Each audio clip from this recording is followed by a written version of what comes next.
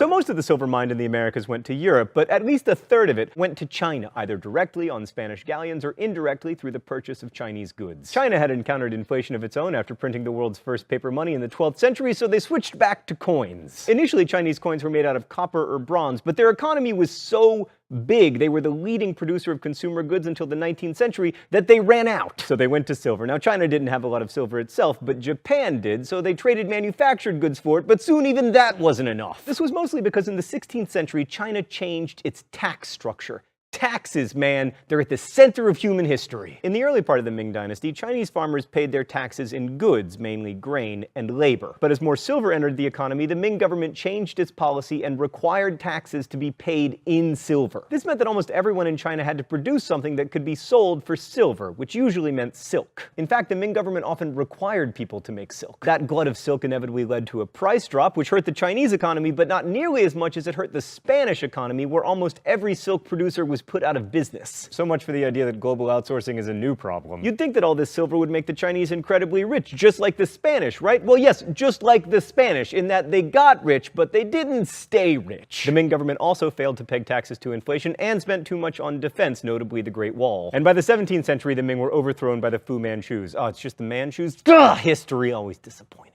As the historian Dennis Flynn put it, a significant hunk of the GDP of China, then the world's biggest economy, was surrendered in order to secure a white metal that was produced mostly in Spanish America and Japan. Think about what else those resources could have been used for.